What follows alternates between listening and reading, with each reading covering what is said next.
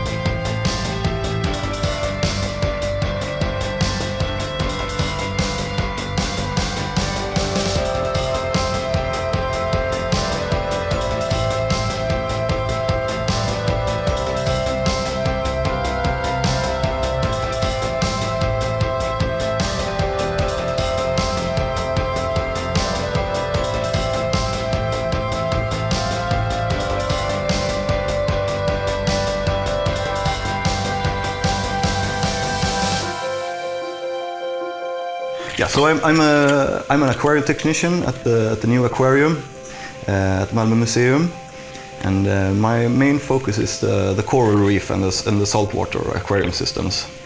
The aquarium is at the Malmö Museum in the basement. It's a quite big public aquarium. Our main age group is, I think, around 12 years old. We have three different areas. So it's the local waters, both salt and fresh water. Then we have the endangered and extinct area, which is about like the rainforest, the coral reefs, invasive species, etc., the mangrove. And then we have one area about animals with like interesting qualities, like the electric eel, piranhas, and the symbiotic saltwater organisms, and octopus, etc. It was Jesper, and we were sitting down and started looking around. What options do we have on lights? Are we going for metal halides? Are we going for fluorescent lights? Are we going to use the new the plasma lights? And so we started looking around, and we very soon found that LED was the way to go. And so back then we didn't know if the LED was it that good? Would it fill our demands on coral growth and keeping aquarium plants? So we started looking into different options on LED, and we bought in some test units from other companies, but we noticed quite soon that they were mainly made for use in home environment with a lower humidity and yeah, less not that harsh environment that we have behind the scenes here. It's high humidity, salt, and fishes do splashy and all that. So and then, like a blessing from above, we actually found PROVolitans, and it seemed interesting, and we started looking into it, and all the papers looked good, and then we got some test units, and these looked really good. And one thing that was really good for us in that process, because it's a really big process building this aquarium, and lots of things to think about. And the blessing was in that there was so much knowledge about aquariums and aquarium lighting that we just didn't have to think about it that much anymore. We've done the research, and we knew what we wanted and what we needed, and but then we didn't have to do all the detail works, because that could Akalina and the team on PROVolitans help us with, which was quite amazing actually. My name is Jesper Flyga, and I'm working here at the aquarium at Malmö Museum. And it's a new place. It has been an old aquarium here before, but now we have rebuilt it again. And we have most fish and reptiles. We choose PROVolitans because we want lighting that was LED lighting, energy sufficient, and they have like the light spectrum that we want, because we want to have living plants and living corals in most of the aquariums and terrariums. We don't want any plastic. So that's why, and they have the opportunity to do that, because you can create your own lighting with different parts of it, with different LED that can have a different light spectrum. And now we have it, and it works very well so far. So.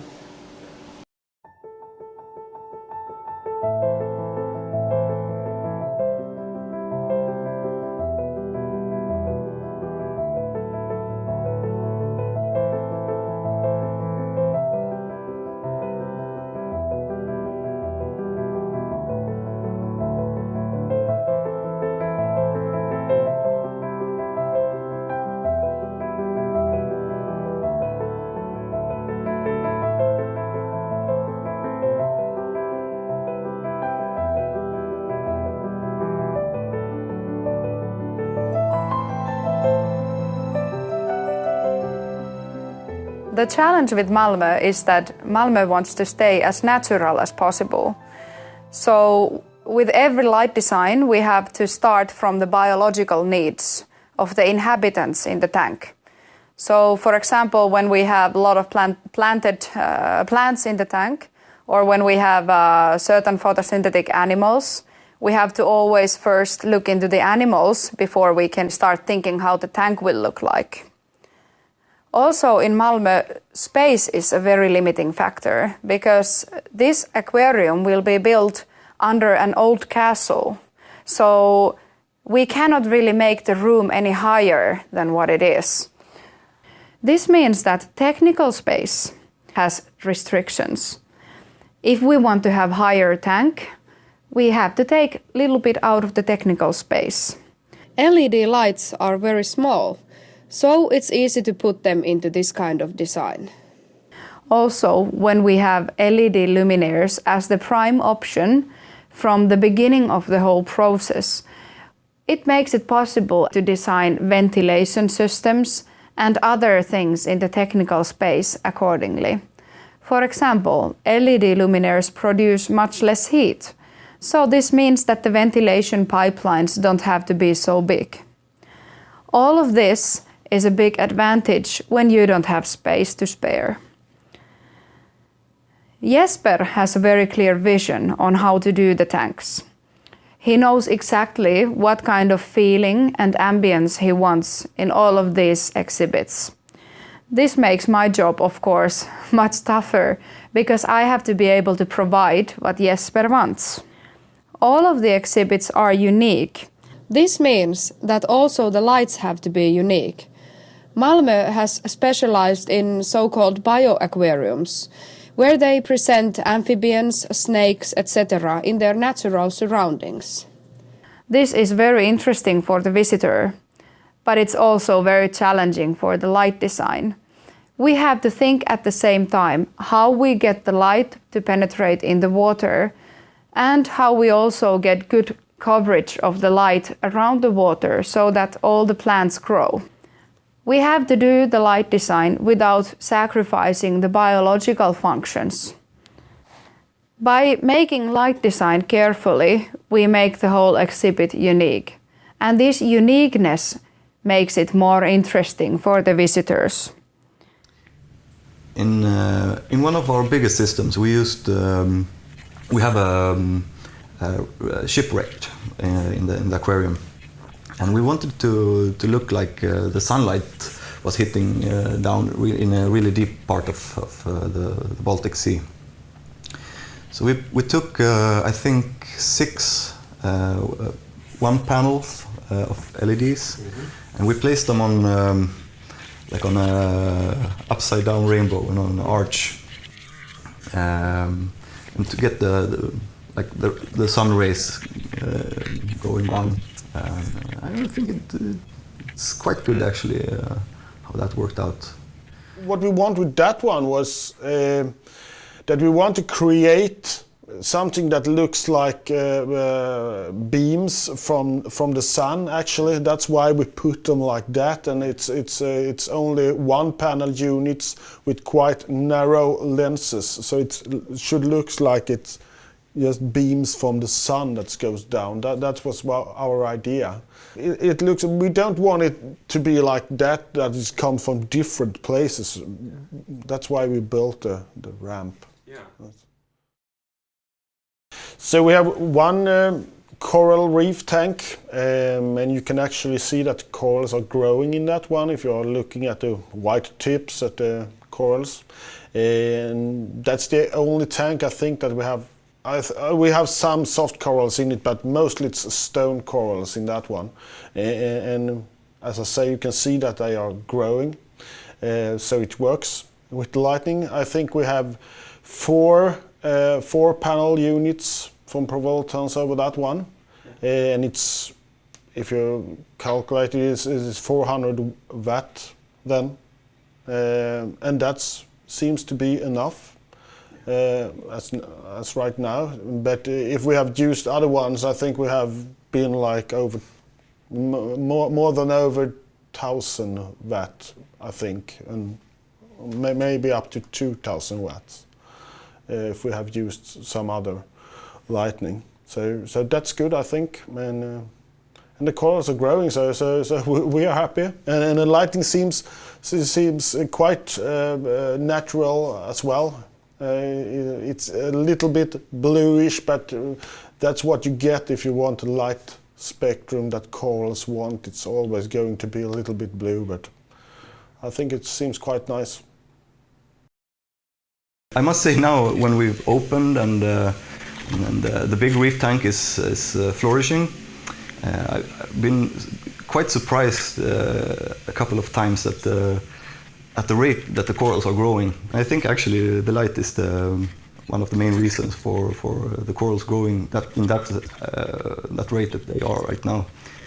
And so it's better than the old school metal halides, but also better than the LED from the other companies, because they were not built to keep in this kind of harsh environment with high humidity and also lots of salt.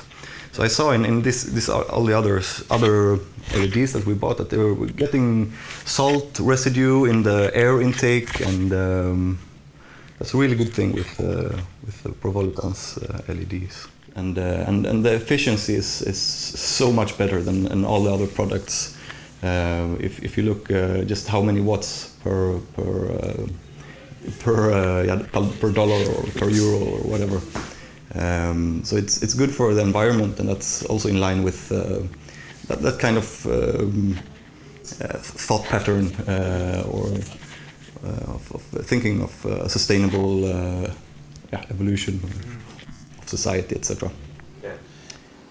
They are quite easy to manage because they are not that heavy or anything like that, because we have also tested a plasma lightning before, and I think it was 15 kilos. And they are splash proof and everything like that, and it's easy to hang up in wires and everything like that, so they're quite easy to manage, and you can control them as well.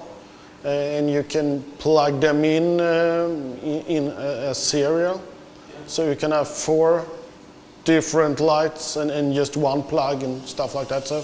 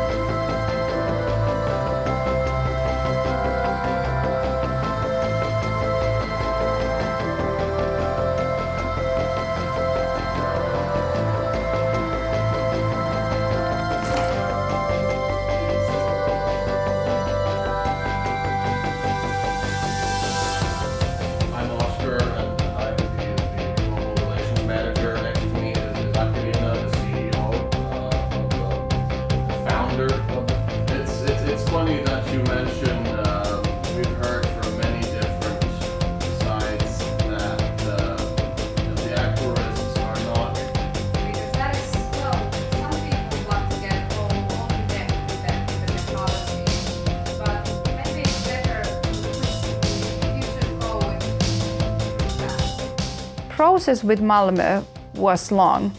It started from the initial meetings where we drafted the first pictures of the aquarium and where it was agreed that it is possible to do all of the plus 60 exhibits purely 100% with LED.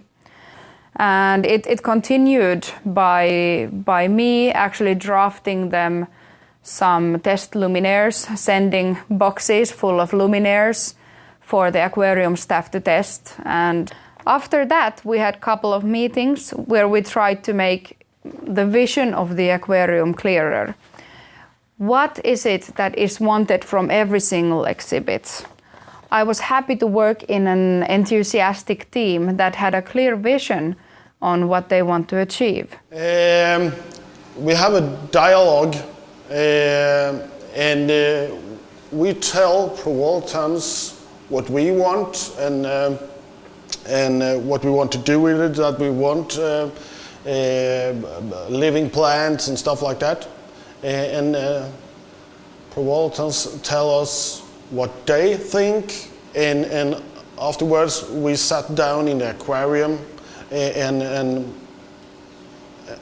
create those lightnings, the lighting panels. Most of it was because we want lighting that should look like a natural lighting. We don't want that the lighting should be like most of the lighting today with LED is like it's very white or very bluish or something like that, but we want it to look natural. And I think we have managed that one. And also it was for we want the plants to grow and the corals to grow, and they also seem to do that. So I think that we have created what we wanted actually. Choosing what kind of light we wanted, and it was quite easy because we had good contact with PROVolitans and the team there, who has lots of know-how about setting up. So we said we looked at the systems. Oh, this is fresh water. We want it a little bit more yellow. This is a sea or a blackwater sea in the Amazon. So we want that even more yellow. And then this is like a what do you say, mangrove aquarium. We want not like in the reefs that high blown, but something quite white lighting, 10,000 Kelvin or something. And it was a really easy process actually. We were kind of, oh, how will this be, and so many things to think about, but it was quite easy. We just sent in, this is our thoughts, and then Aquilina, she said, she put some input, and this, I think this will be better, and yeah, it was, like quite soon it was like 90% right directly. So this was, yeah, it was a blessing actually in this process. Great. Yeah.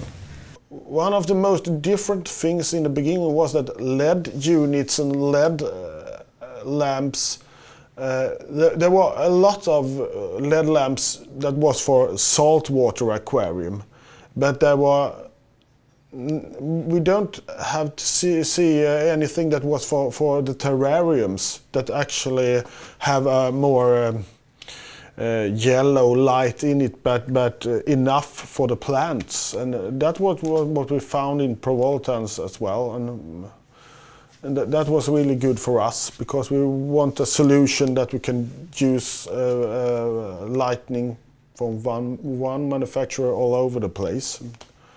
That was what we found. So because it's working, and we have found what we are looking for.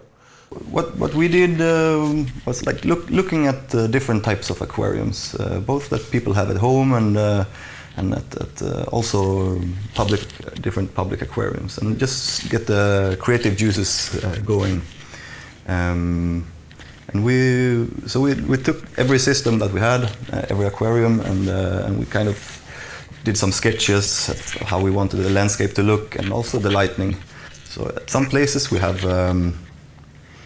the really narrow lenses for the LEDs. It makes it like a light cone.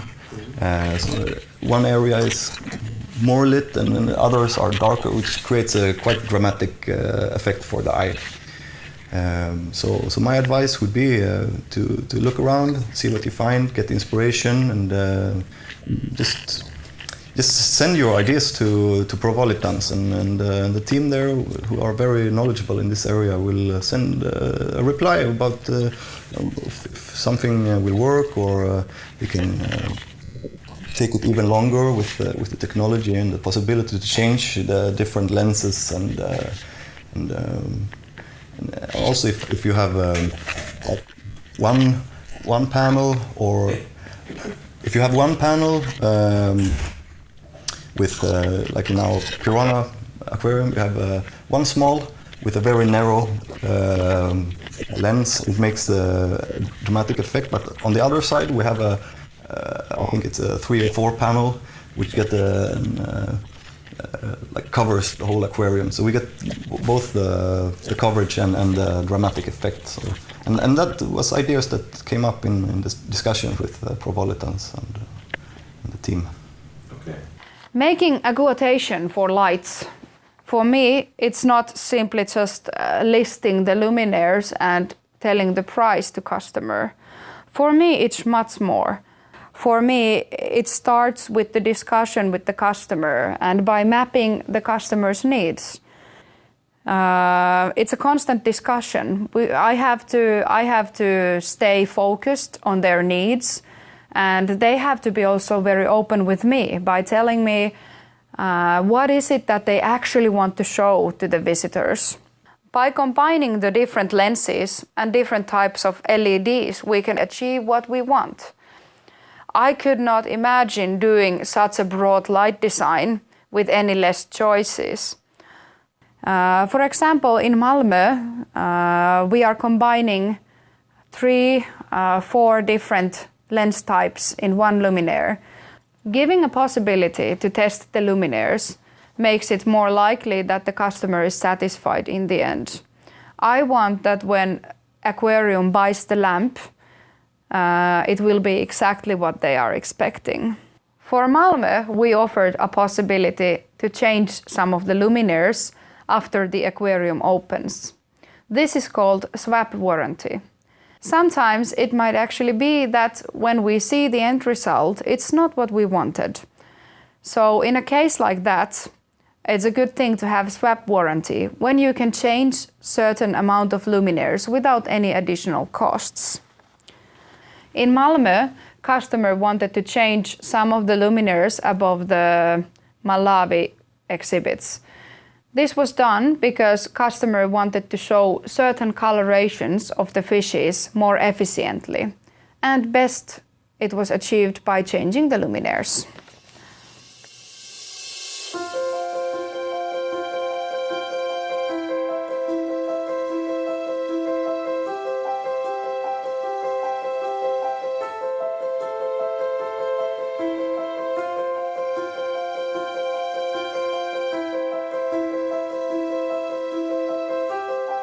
We have done some readings with the power meter and we have used metal halides before, and we have better light spectrum now with the PROVolitans LED units. And they are energy sufficient, so and lower watt we can use now. So I just see that it's really good. So if you use a lot of electricity, you can switch to PROVolitans LED because it's going down then, but you have also better lighting. So.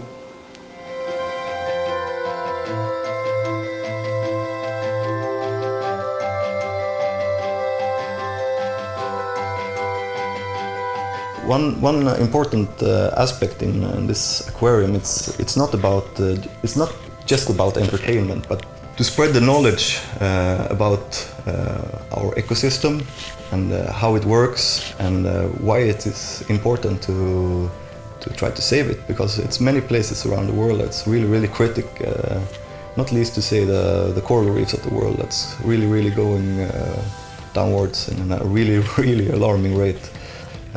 So we try to spread knowledge and true understanding of what's going on, but also in a not too dystopic doomsday scenario. But that there still is hope. But everyone has to take their responsibility and get their shit together. Sorry, just yeah. Something like that. I know that PROVolitans is not a big company. We have bigger competitors. But we always like to think that big is not always beautiful. The fact that we are a smaller company makes it easier for us to understand the small aquariums, the small tanks, the smaller business. And we like to think ourselves like we would be the plankton in the ocean. It's the small guys that make this world run.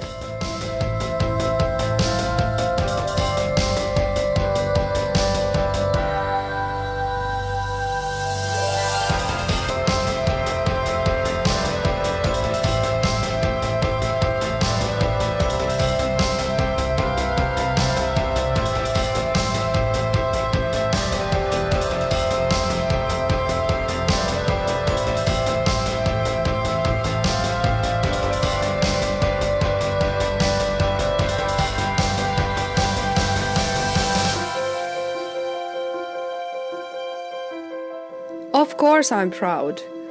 I'm proud of what we do, but humble in front of nature's beauty.